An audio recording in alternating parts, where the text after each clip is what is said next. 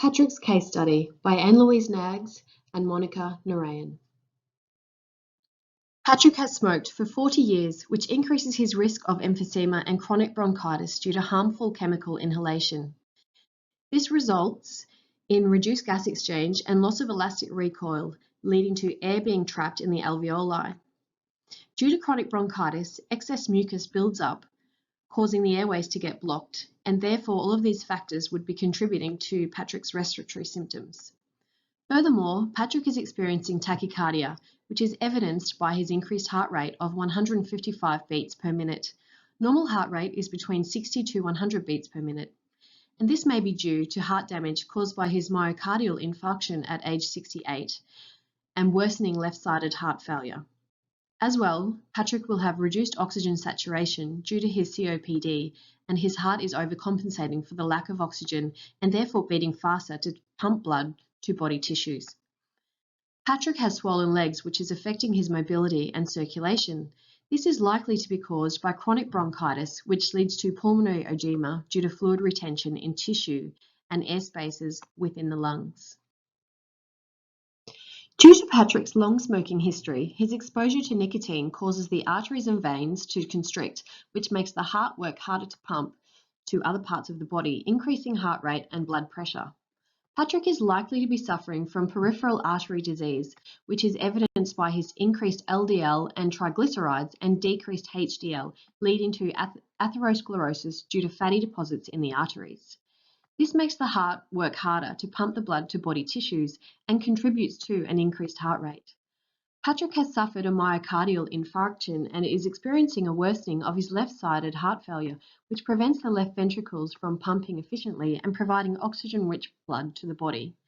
This leads to tachycardia and shortness of breath. MI occurs due to a blockage in the coronary arteries, which supplies blood to the cardiac cells.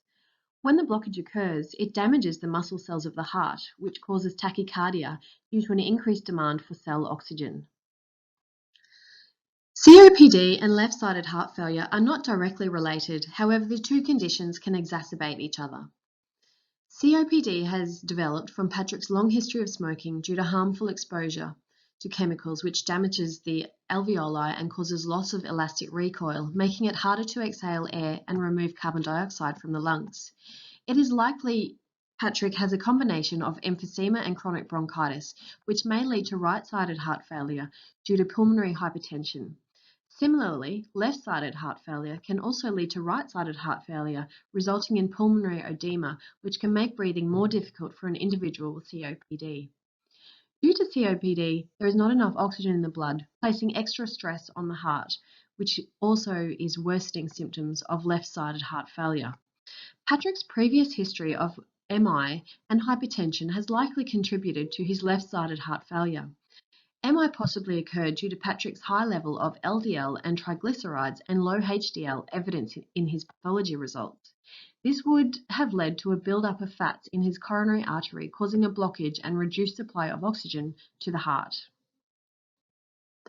Right-sided heart failure can occur as a result of other conditions including COPD and left-sided heart failure. This is because the heart and lungs are very closely related, working together to supply oxygen to the body tissues and removing carbon dioxide. During the process of breathing, oxygen enters the blood through the air sacs in the lungs known as alveoli. Oxygen and carbon dioxide are exchanged, and the oxygenated blood travels through the pulmonary veins to the left side of the heart and is then pumped to all parts of the body. Deoxygenated blood returns to the right side of the heart from the body tissues and is pumped through pulmonary arteries to the lungs, and carbon dioxide is exhaled from the body. Patrick has COPD and low levels of oxygen in his alveoli, which causes the pulmonary arteries to constrict, causing pressure in the arteries to rise, which leads to pulmonary hypertension. In pulmonary hypertension, the right side of the heart works harder to push blood through the pulmonary arteries into the lungs, and over time, the right ventricle becomes thick and enlarged, reducing the pumping action of the heart and leading to right-sided heart failure. Patrick has worsening of his left-sided heart failure, which indicates the left ventricle in the bottom left side of the heart isn't pumping properly. The left ventricle is responsible for pumping oxygen-rich blood to body tissues. However, when it stops pumping efficiently, the blood accumulates in the left atrium and into the lungs, causing shortness of breath. This puts Patrick at a high risk of developing right-sided heart failure due to the build-up of blood in the pulmonary circuit, putting excess strain on the right side of the heart to eject the cardiac output. This puts additional stress on the right ventricles of the heart, which makes it have to work much harder, leading to right-sided heart failure.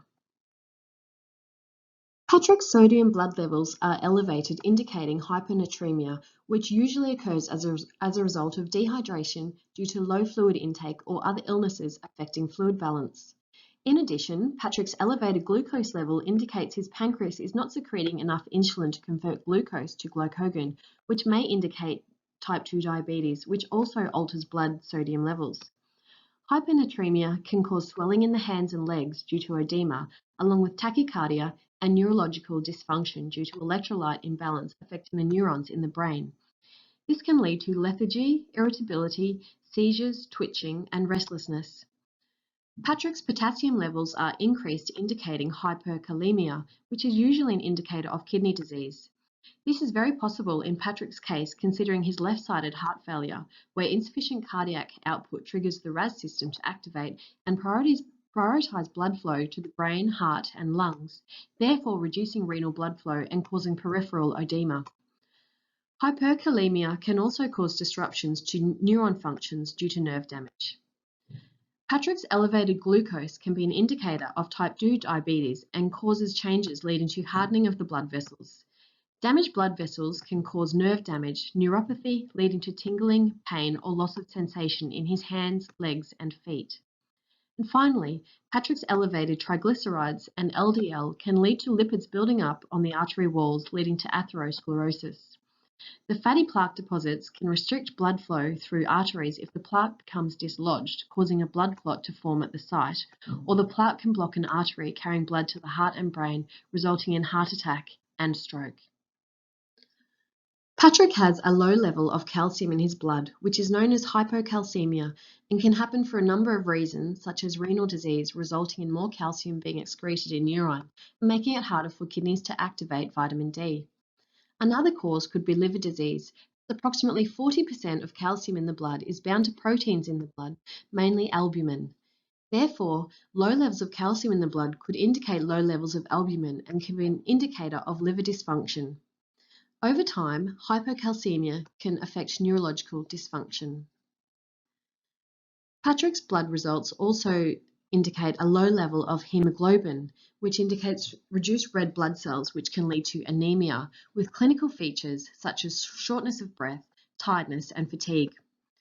Low hemoglobin can also be indicative of severe and chronic kidney disease, leading to a decreased production of erythropoietin, a hormone produced by the kidneys that stimulates red blood cell production by the bone marrow.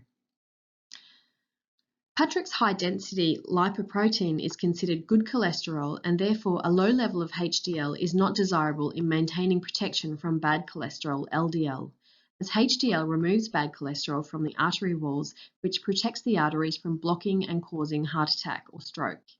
In Patrick's case, unfortunately, his long history of smoking and sedentary lifestyle have contributed to his decrease in HDL. A combination of Patrick's blood test results together with his symptoms and other chronic illnesses are indicative of kidney disease. Therefore, we recommend testing the creatinine levels in Patrick's blood, which would most likely be high due to his kidneys not functioning properly. Creatinine is a waste product from the normal breakdown of muscles in the body, and the kidneys are responsible for removing creatinine from the blood and disposing of this through the urine.